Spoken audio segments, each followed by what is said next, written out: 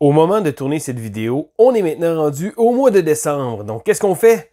On sort nos chapeaux de Noël et on se met en mode temps des fêtes. L'école du jeu, en partenariat avec la boutique L'Imaginaire. Au-delà de vos attentes.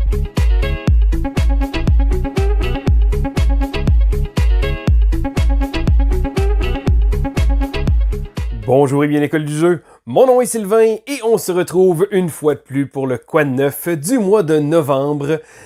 Donc le Quoi de neuf, qu'est-ce que c'est? Eh bien, c'est une revue du mois, donc on passe en rafale nos expériences ludiques, les jeux qu'on a joués et ça nous permet également de pouvoir vous parler d'une tonne de jeux dans une durée qu'on essaie toujours de garder relativement raisonnable. Comme à l'habitude, je vais commencer avec quelques petites statistiques ludiques personnelles. Alors, au courant du mois de novembre, j'ai joué à 33 parties de 28 jeux différents, donc ça fait quand même beaucoup de jeux différents, et là-dedans, il y en a 11 que c'était la première fois que j'y jouais. Alors, je commence à l'instant avec un jeu qui s'appelle Baseball Highlights 2045. Alors, Baseball Highlights est un jeu que j'aimais déjà énormément parce que j'ai joué beaucoup, mais vraiment beaucoup, sur mon cellulaire. Donc, en application mobile, c'est un jeu que j'aimais énormément, mais j'avais jamais pris le temps de jouer à la version physique. Donc, qu'est-ce que c'est Baseball Highlights? C'est un jeu qui va simuler une partie de baseball avec un concept de deck building. Alors, on va avoir une équipe de base et là, entre les parties, parce que c'est des parties qui sont très rapides, c'est des parties qui vont être jouées avec 6 cartes et le système de cartes est vraiment bien pensé. Mais entre les parties, ce qu'on va faire, c'est qu'on va recruter des nouveaux joueurs. On va, selon une certaine valeur qu'on va avoir acquise pendant nos parties, on va pouvoir acheter des nouveaux joueurs, enlever des joueurs, les mettre à la retraite. Et là, comme ça, notre deck va évoluer de partie en partie. Le jeu est très intéressant lorsqu'il vient avec un système de série mondiale qu'on va faire. Certains que juste une partie comme ça, bon, ok, c'est bien. Mais lorsqu'on enligne les parties sont très rapides. Parce que en gros, qu'est-ce qu'on va faire dans Baseball Highlights? On va jouer une carte qui va mettre des petits bonhommes qui vont être des frappeurs en tant que tels. Et là, les frappeurs vont faire des simples, des doubles, des choses comme ça. Et l'autre joueur va pouvoir répondre à notre partie. Fait que là, c'est comme une partie, les deux, on fait une partie de baseball en même temps. En même temps, des cartes, un système de cartes qui vont des fois se bloquer, un peu un roche-papier-ciseaux pour certains cas. Des fois, une carte va être bonne contre un humain, une carte va être bonne contre un cyborg. Et le concept est tellement bien pensé. C'est vraiment, vraiment intelligent comment que le jeu est fait. Et je suis pas déçu du tout. On est certain que le thème du sport vous plaira peut-être pas à tout le monde. Moi-même, je suis pas un avide fan de baseball, mais je trouve que le jeu est tellement bien pensé, tellement bien fait. C'est certain qu'avoir une base de connaissances dans le sport, de comprendre un peu là, comment ça fonctionne avec les coups sûrs, les simples, les doubles, là, c'est le nombre de bases que le batteur va avancer. Mais sinon, ça reste un jeu tellement bien pensé. Et là, j'ai vraiment plongé. J'ai acheté ma copie physique. J'ai même joué justement quelques parties en solo aussi. Je trouve que c'est un jeu qui est vraiment, vraiment génial. Et dans un créneau qui est assez difficile, c'est-à-dire les jeux de sport, Baseball Highlights se démarque vraiment énormément des autres. Le prochain jeu d'ailleurs que je vais vous parler est son successeur en tant que tel qui s'appelle Football Highlights 2052. Alors premièrement, la barre était haute pour Football Highlights parce que baseball était tellement un jeu qui était excellent et lorsque le jeu football est arrivé, les critiques ont été un peu dures avec parce que c'est certain qu'on va le comparer immédiatement avec son prédécesseur. Le problème, c'est que c'est vrai, Football Highlights est probablement un moins bon jeu. Ceci dit, j'aime plus le football que le baseball et j'ai trouvé que le thème était tellement bien respecté. Encore une fois, on va avoir un concept de deck building un peu moins présent ici et lorsqu'on va jouer deux parties, chaque joueur va jouer sa partie en même temps et là, les cartes qu'on va jouer vont venir bloquer l'autre joueur et on va avancer un ballon sur des verges comme ça pour essayer de marquer des touchés, essayer de faire des passes, essayer de bloquer le jeu de l'autre. Ce qui est intéressant, c'est le système de cartes parce que quand on va placer une carte, les cartes vont être placées pour l'attaque. Là, le joueur va pouvoir se défendre. Ensuite, bon, la carte de l'attaque s'en va, mais la carte de défense, on va la retourner. De l'autre côté, il y a l'offense. Donc, les cartes sont tous avec une attaque puis une défense. Et selon la défense qu'on va placer, ça va être notre prochaine attaque. Donc, on a un système comme ça qu'on va pouvoir jouer. Le seul bémol, c'est que bon, baseball, les parties sont très rapides là, pour gagner si on veut une partie de baseball. Mais habituellement, ça fait partie d'un 4 de 7. Tandis que football, à la mi-temps, on va pouvoir avoir une période de recrutement. Donc, il y a moins de modifications de deck qu'on va faire pendant la partie parce que c'est seulement une fois dans la partie qu'on va pouvoir changer des joueurs. Le système aussi est un peu moins évolué, je dirais. Par exemple, j'ai bien aimé le jeu et là, je m'attendais à vraiment être déçu. Et là, quand je l'ai acheté, je me suis dit, bon, je vais l'essayer quand même. J'ai vraiment été satisfait. C'est certain que non, il n'est pas aussi bon que baseball, mais pour ma part, j'aime mieux le football, donc c'est certain que le thème va me chercher et j'ai vraiment été surpris par ce jeu-là qui je m'attendais à pas grand-chose et finalement, j'ai été très heureux. Je continue avec un petit jeu qui m'a vraiment surpris, Seven Wonders Architect. Bon, la plupart des gens connaissent déjà Seven Wonders. On se le cachera pas, c'est un classique ludique, un jeu de draft qui a fait sa marque en tant que tel dans le temps. On s'entend, c'est un jeu qui est très très populaire. C'est pas un jeu que j'apprécie énormément parce que j'ai beaucoup trop joué. Donc c'est rien par rapport au jeu, c'est juste que j'ai tellement joué à ce jeu-là qu'à un moment donné, j'ai fini par être tanné. Mais Seven Wonders Architect est un jeu vraiment à part entière. Donc c'est certain, il y a beaucoup de monde qui vont peut-être penser, ah, c'est que c'est une extension. Pas du tout. Seven Wonders Architect est vraiment un jeu en tant que tel, une boîte fermée, merci, bonsoir. Le jeu est encore plus simple que Seven Wonders. Et là, il y a beaucoup de gens qui vont dire, bon, mais pourquoi j'irais chercher une version plus simple? Parce qu'elle est accessible. Et là, je m'explique. Seven Wonders Architect est un jeu où on va devoir prendre des cartes. Donc, on va pouvoir drafter des cartes, mais avec un système intéressant. Parce que chaque joueur va recevoir un petit tray, donc un petit contenant qui va contenir tous les éléments qu'il a besoin pour jouer. Une merveille du monde, donc chaque merveille va être différente, qu'il va devoir construire. Et il va également avoir un paquet de cartes. Les cartes, on va les placer entre les joueurs et lorsque c'est notre tour, on peut choisir de piger à gauche, une carte visible, piger à droite, une carte visible, ou piger au milieu pour une carte qui est secrète. Donc les cartes, on va les accumuler et on va pouvoir échanger les ressources pour essayer de construire notre merveille. On va pouvoir utiliser également des cartes avec des jetons scientifiques. Donc encore une fois, les cartes de science vont servir pour aller chercher des jetons progrès qui vont donner des petits bonus.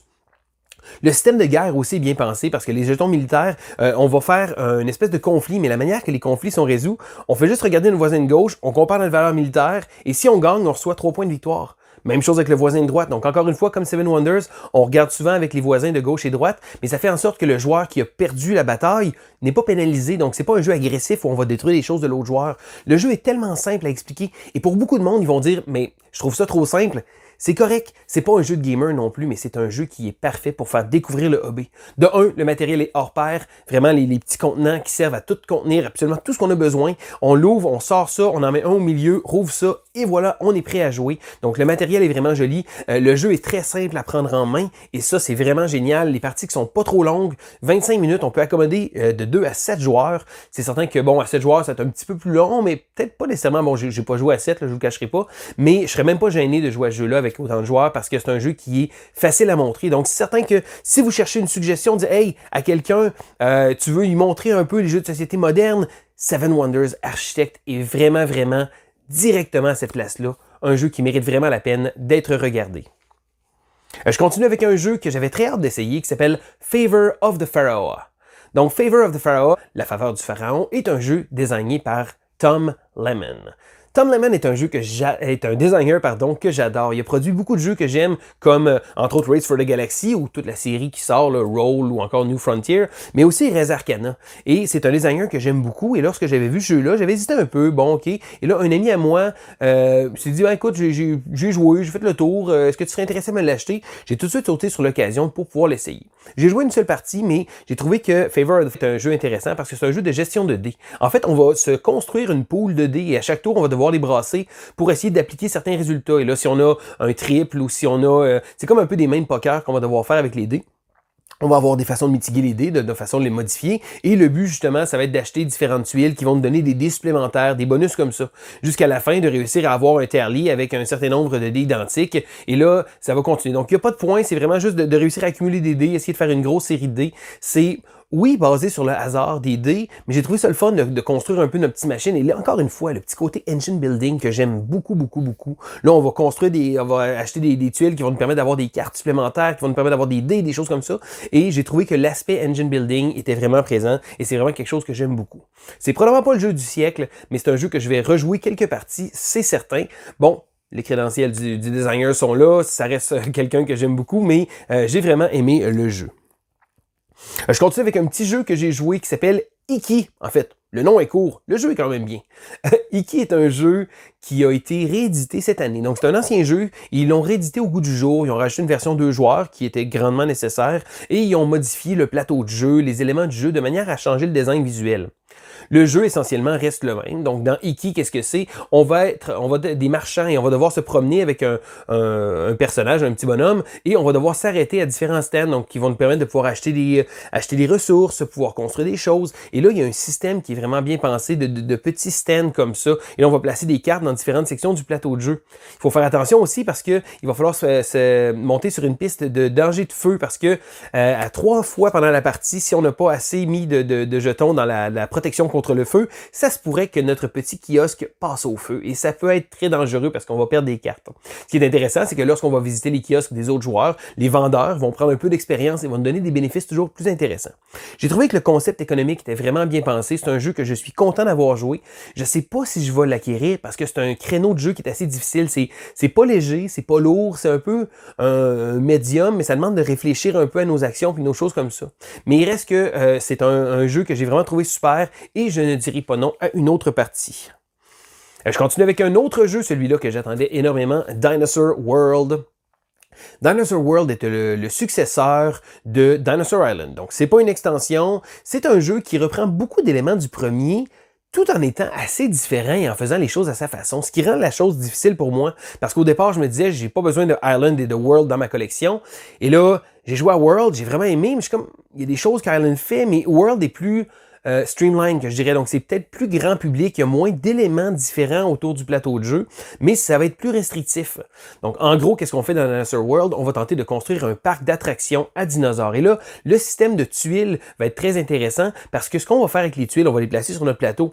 On va devoir aller chercher de l'ADN pour essayer de faire des dinosaures, des choses comme ça. Mais lors de la phase d'action, on va avoir un petit Jeep, un Jeeple. Et notre Jeep va se promener sur notre terrain et il va devoir activer les différentes cases.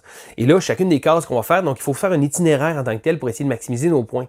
Un autre truc intéressant, c'est que si on se promène souvent à une attraction, on va avoir un petit dé qui va être là, qui va venir rapetisser un peu l'intérêt, l'excitation que les gens ont, parce que l'excitation va être très importante, parce que plus les gens aiment nos attractions et sont stimulés par ça, plus ils vont nous donner de l'argent. Et là, certain que si on passe tout le temps à la même place, ça va voir le tyrannosaure, c'était bien beau les premières fois, mais à la fin, ça devient un peu moins intéressant.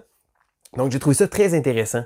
J'ai vraiment assez trouvé ça intéressant que je me suis procuré également une version Kickstarter, ne serait-ce que pour avoir le mode solo qui, malheureusement, n'est pas contenu dans la boîte de base. Pour moi, c'est quelque chose que j'aime beaucoup, donc j'ai fait justement l'acquisition de la version Kickstarter. Ça reste que je vais rejouer probablement à Dinosaur Island pour essayer de voir, me faire une meilleure idée. J'aurais aimé ça avoir une idée concrète à dire, OK, Dinosaur World est vraiment meilleur, mais j'ai trouvé que les deux font quand même des éléments, en étant similaires, font des éléments un peu différents. Ça reste que j'aime beaucoup la vibe de ce jeu-là, j'aime énormément le thème des dinosaures. C'est certain, bon, mon fils tripe bien gros dinosaures, mais moi aussi j'aime ça. Et je trouve que le jeu Dinosaur World a vraiment beaucoup à offrir. Et je pense qu'il est probablement plus accessible que Dinosaur Island pour les faire jouer. Tant mieux, c'est le jeu au goût du jour. Je continue avec le jeu World of Warcraft Wrath of the Lich King. Alors, Wrath of the Lich King est un jeu dans la série des pandémies. Et là, vous allez dire, mais c'est quoi le rapport entre pandémie et World of Warcraft? Ben justement, ils ont décidé de prendre le système de base de pandémie. Donc, vous savez, essayer de se déplacer sur un plateau avec des... bon, là, ici, c'est des ghouls, mais dans pandémie, c'est des maladies, des cubes de maladies qui vont se promener. Et là, on va se déplacer sur un plateau en essayant de contenir un peu tous les problèmes pour essayer de réussir à gagner la partie. Donc, ça prend énormément d'éléments de pandémie, ne serait-ce que pour le placement des ghouls, les outbreaks, donc quand ils vont se déplacer comme ça, et ça reste que c'est vraiment, si on a déjà joué à Pandémie, là, on ne se sentira pas du tout dépaysé. Donc, on tombe à Wrath of the Lich King. Donc, comme je disais, c'est un jeu dans l'univers de World of Warcraft, mais pour ma part, je suis pas vraiment un connaisseur. J'ai pas joué à World of Warcraft. J'ai joué à Warcraft 2 quand j'étais plus jeune. Je connais pas beaucoup le lore. C'est un lore fantastique pour moi. Je sais que c'est populaire, puis tant mieux si ça va chercher des nouveaux joueurs pour pouvoir découvrir le jeu de société.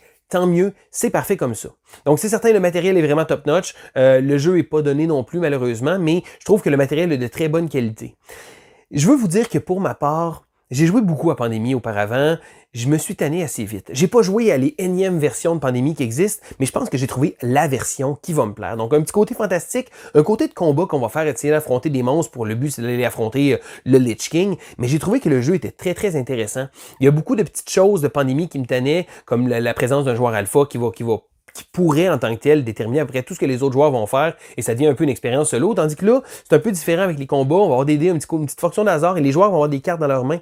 Donc les cartes dans les mains vont nous permettre de pouvoir faire différentes actions, se guérir parce qu'on a des points de vie, se déplacer un peu plus. Et j'ai trouvé que le jeu coulait très très bien. Encore une fois, je peux pas vous dire que c'est la version ultime de Pandémie parce que j'ai pas joué à toutes les versions, mais pour ma part, c'est certainement celle qui va rester dans ma collection. D'ailleurs, sur la chaîne, au courant du mois, je vais vous préparer une petite vidéo pour vous montrer ce jeu-là. Je continue avec un jeu qui était sur ma bucket list de gamer.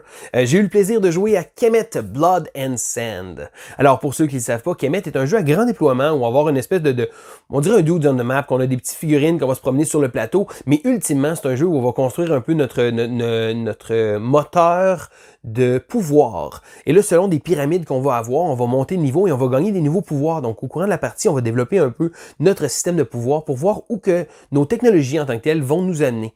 Donc, on va devoir tenter d'essayer de marquer des points de victoire et lorsqu'on arrive à un certain nombre de points de victoire, la fin de la partie va être déclenchée.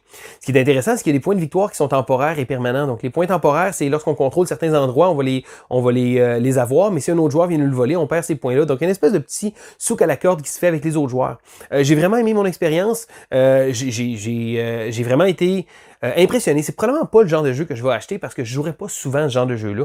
Mais c'est certain qu'encore une fois, si on me propose une partie, je vais dire oui. J'ai vraiment trouvé ça super de pouvoir. Et j'ai joué à la nouvelle version. Certain que, bon, le bling, hein, c'était très belle qualité. Jouer avec le gros playmat en plus qui rajoute vraiment l'expérience de jeu. C'est toutes des choses qui sont relativement secondaires, mais pour ma part, j'ai vraiment trouvé ça le fun. J'ai trouvé que c'est un jeu qui est vraiment, vraiment bien pensé et c'est un jeu très agréable. Et si vous aimez ce genre de jeu-là, qui est habituellement meilleur avec plusieurs joueurs, bien entendu, je vous invite à jeter un coup d'œil à Kemet. Je continue avec, en parlant de jeux à grand déploiement, de vous parler de Eutia. Torments of Resurrection. Alors, sur la chaîne, le courant du mois passé, je vous ai présenté une première impression. C'était pas une explication des règles. Je vais vous montrer un peu le contenu de la boîte. C'était un gros projet Kickstarter qu'il y a eu l'an passé, qui commence à être livré, et j'avais vraiment hâte de vous en parler, parce qu'il y avait tellement de choses dans ce boîte-là que j'ai même tourné une vidéo d'unboxing, je l'ai arrêté, je me suis dit non, c'est pas ça que je veux faire, je veux vraiment vous montrer le matériel, montrer les choses, vraiment un peu le concept du jeu, mais là, j'ai eu l'occasion de jouer, et je peux vous dire que c'est vraiment awesome. J'avais préalablement simulé une petite partie en solo, juste pour voir un peu, pas vraiment jouer au complet. Mais là, j'ai fait une partie à 2 joueurs et j'ai vraiment, vraiment aimé mon expérience. C'est un jeu qui rappelle vraiment beaucoup d'éléments de jeux vidéo. Donc, pour ma part, ça me rappelle un peu certains éléments de Heroes of Might and Magic. On va se déplacer avec un héros sur une map, on va activer différentes choses. On peut aller dans des grottes, aller éliminer des choses pour attirer des ressources. On peut essayer d'aller affronter des monstres, aller voir des marchés pour acheter différentes choses. C'est une espèce de RPG à grande échelle, mais sa simplicité m'a vraiment surpris parce que, étonnamment, malgré le fait que le jeu est énormément de pièces à gauche puis à droite, beaucoup de choses comme ça, c'est bien divisé, c'est bien organisé et le jeu est relativement simple. Donc oui, il y a beaucoup de petites exceptions, mais lorsqu'on comprend la base du jeu, ça devient vraiment, vraiment très fluide. Les tours sont vraiment pas trop longs, on va faire nos actions comme ça, et j'ai trouvé qu'à 2 joueurs, le jeu allait super bien. Notre partie a duré peut-être 2 heures, c'était la première partie complète, selon le scénario qu'on a fait. Il y a des scénarios qui sont plus longs, mais je pense que même on serait bon pour une prochaine partie de probablement 1 heure, 1 heure et demie, là, facile pour ce scénario-là, du moins. J'ai vraiment trouvé que le jeu avait vraiment beaucoup d'éléments qui me plaisent dans le jeu de société. C'est un jeu qui est certain que c'est pas pour tout le monde, certain que c'est un jeu qui est assez coûteux aussi, on se le cachera pas, mais j'ai trouvé que ça me donnait vraiment un bon feeling de world exploring game. On va explorer différentes choses et j'ai vraiment, vraiment un feeling de jeu vidéo. Je continue maintenant avec des jeux que ce n'est pas la première fois que je jouais, mais que j'ai rejoué et que ça faisait longtemps et que je voulais vous parler un peu plus. J'ai ressorti Apex Theropod, un jeu de deck building qui rappelle beaucoup d'éléments de base de Legendary, mais en solo, il y a un petit concept que personnellement, même si j'adore Legendary, je pense qu'en solo, il est comme un peu moins intéressant, tandis que Apex en solo, il est vraiment super parce qu'on a un boss à affronter, on a un boss de la fin et c'est très difficile et je dirais que la plupart de mes parties sont souvent super serrées. Ça va finir que je vais perdre des fois vraiment à la toute fin, mais je trouve que le jeu est vraiment intéressant. Donc, d'un, j'ai la version Collected, la grosse version avec tous les éléments, une grosse boîte assez lourde, du super beau matériel, une belle qualité de carte, et j'ai trouvé que comme jeu solo de deck building, Apex est vraiment parmi mes favoris. Donc, c'est certain que, encore une fois, le thème des dinosaures, mon fils aime beaucoup regarder les cartes d'ailleurs, il est encore un peu jeune pour jouer, mais je trouve ça très intéressant. J'ai étonnamment pas joué en multijoueur. Je sais que le jeu est un peu différent.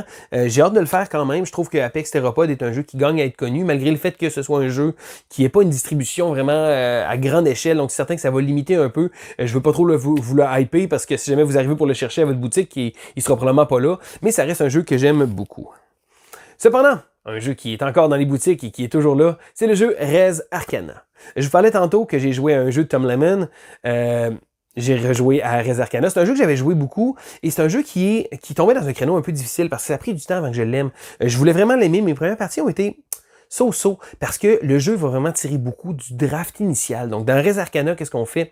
C'est un jeu où on va devoir gérer des ressources pour essayer, encore une fois, de se faire un moteur, bien entendu, engine building, vous savez ce que c'est qui me plaît, et on va devoir échanger ces ressources-là de manière à pouvoir aller chercher des nouvelles cartes, des choses comme ça, et activer différentes choses. Ce qui est intéressant, c'est que le jeu va venir à la fin, quand on va avoir un certain nombre de points, ça va amener la fin de la partie. Ça faisait un petit bout que je n'avais pas joué et j'ai même acquis les 2 extensions. Là, la première partie que j'ai joué pas d'extension, mais pour l'autre partie que j'ai fait après avec quelqu'un d'autre, j'ai décidé de rajouter les 2 extensions et je trouve que c'est le fun parce que, vous savez, il y a beaucoup de jeux qu'on va jouer la version de base. Puis ça m'arrive à moi. On va jouer la version de base, on aime beaucoup le jeu, on va acheter l'extension, mais l'extension rajoute beaucoup d'éléments. Donc la prochaine fois qu'on va jouer, probablement avec des nouveaux joueurs, je ne mettrai pas l'extension tout de suite, je vais attendre une prochaine fois. Et je rejoue avec un autre groupe de joueurs. Et je rejoue avec un autre. Ça fait en sorte que les extensions finissent par être de côté en se disant, si je rejoue avec la même personne plusieurs fois, je vais les rajouter. Parce que moi, j'aimerais ça les rajouter, mais lors d'une première partie, c'est comme so-so. Pour Res Arcana, les 2 extensions, envoyé dans la boîte, c'est vraiment prêt, on peut jouer, ça vient pas complexifier le jeu, ça rajoute des petits éléments qu'il faut expliquer, mais ça vient pas changer le jeu drastiquement, ça fait en sorte que le jeu est facilement jouable, même pour une première partie avec les extensions. Et pour moi, c'est un gros plus, ça va permettre que ces extensions-là soient jouées. Encore une fois, j'expliquais, ça a pris une couple de parties pour pouvoir bien comprendre le draft initial qui va changer la partie, mais c'est vraiment, lorsqu'on découvre, lorsqu'on comprend comment ça fonctionne, Res Arcana est vraiment un jeu fantastique. Et le dernier jeu que je veux vous parler est un petit jeu plus familial, celui-là, qui s'appelle Gravity Superstar. Alors, j'avais joué l'année passée à Gravity Superstar avec ma fille quelques parties, elle avait bien aimé. Donc, c'est un jeu où on va devoir tenter de ramasser des petites étoiles avec un système vraiment génial de plateaux. Parce qu'on a des plateaux qui vont être placés et on va avoir un petit personnage. Et là, notre personnage va être amené à se déplacer donc à gauche, à droite, mais également de tourner. Et lorsqu'il n'y a rien en dessous de ses pieds, lorsqu'il n'y a pas de plancher, il va glisser. Donc, on est dans l'espace. Ça fait en sorte qu'un petit espèce de petit puzzle qu'on va devoir déplacer nos personnages, on le tasse, hop, il va tomber jusqu'à temps qu'il arrive sur un plancher. On peut également passer à travers le plancher avec une carte. Et là, on a un système de cartes qui va jouer pour essayer de déplacer nos bonhommes pour pouvoir aller chercher des étoiles. Et si jamais on fonce dans le bonhomme d'un autre, eh bien on va l'éjecter et il va devoir recommencer à partir d'une porte de départ. Donc il va perdre une petite étoile. Encore une fois, les étoiles servent à collectionner des points. Et donc c'est pas vraiment, on va pas détruire les autres joueurs, mais il y a un petit côté amusant d'éjecter les autres joueurs comme ça. Mais là, j'ai eu le plaisir de jouer avec mon fils. Mon fils est rendu à 7 ans. Avant, il y avait beaucoup de misère. Là. Il était pas d'attention pour 2 scènes avec un jeu. Il restait 5 minutes attentif. Puis après ça, c'était parti. Là, je dirais qu'il y a un petit peu plus d'attention. Il commence à être un peu plus intéressé. Et là, pour une partie qui est quand même assez courte. Là, on s'entend sur une quinzaine de minutes, mais j'ai réussi à garder sa concentration. Il a vraiment aimé ça. Il a vraiment aimé le concept. C'est un concept qui est super facile. Puis c'est un jeu que j'aime beaucoup. C'est familial. Donc, vous savez, des fois, il y a des jeux pour enfants que c'est comme, bon, OK, c'est un peu bébé, mais bon, je vais jouer avec mes enfants. Là, c'est vraiment un jeu que je clarifierais de familial. Parce que c'est le fun à jouer, c'est léger, c'est pas trop long, ça s'explique bien et le matériel est vraiment super beau, les petites étoiles sont vraiment jolies et je trouve que c'est un petit jeu qui gagne à être connu, donc Gravity Superstar. Ça fait donc le tour de mes expériences ludiques du mois. Encore une fois, si jamais il y a un jeu dans la liste qui vous a intéressé, qui vous a accroché, que vous êtes un petit peu curieux, gênez-vous pas de le mettre dans les commentaires si vous aimeriez que je fasse une vidéo spéciale ou que je vous en parle un petit peu plus. C'est justement le plaisir que j'ai avec le Quoi Neuf parce que justement, je peux parler d'une tonne de jeux comme ça. C'est certain que le but, c'est de piquer un peu votre curiosité, voir ces genres de jeux qui pourraient vous plaire, mais c'est toujours intéressant de pouvoir le savoir dans les commentaires. Et encore une fois, je tiens à remercier tous nos Patreons. D'ailleurs, si jamais vous voulez nous supporter, vous pouvez le faire via la plateforme Patreon avec le lien que vous allez trouver dans la description de la vidéo. Mais là, je veux prendre quelques instants pour remercier nos fidèles Patreon. Donc, merci à Martin Saint-Pierre, à Vincent Mesureur, Amélie Lantier, David Favre, Miguel Piette, Jessica Hébert, Mathieu, Marie Jolivet, Jonathan Le Carpentier, Brice Romian et Marc Boudreau. Merci beaucoup du support que vous nous donnez. Et si jamais vous avez aimé la vidéo également, gênez-vous pas de faire un petit pouce en l'air ou de vous abonner à la chaîne. Vous savez, on répète souvent les mêmes choses, mais c'est toujours très apprécié de voir le nombre d'abonnés, le nombre de gens qui découvrent notre chaîne également de mois en mois. Moi, ça me fait toujours énormément plaisir et parce que c'est ça que je trouve beau dans notre hobby, c'est que ça va chercher tellement de joueurs. Et si vous avez l'occasion justement de pouvoir partager des jeux avec d'autres mondes, le but, c'est vraiment de faire en sorte que les gens découvrent cette belle passion qu'on a. Donc, c'était Sylvain pour l'école du jeu et on se dit à la prochaine!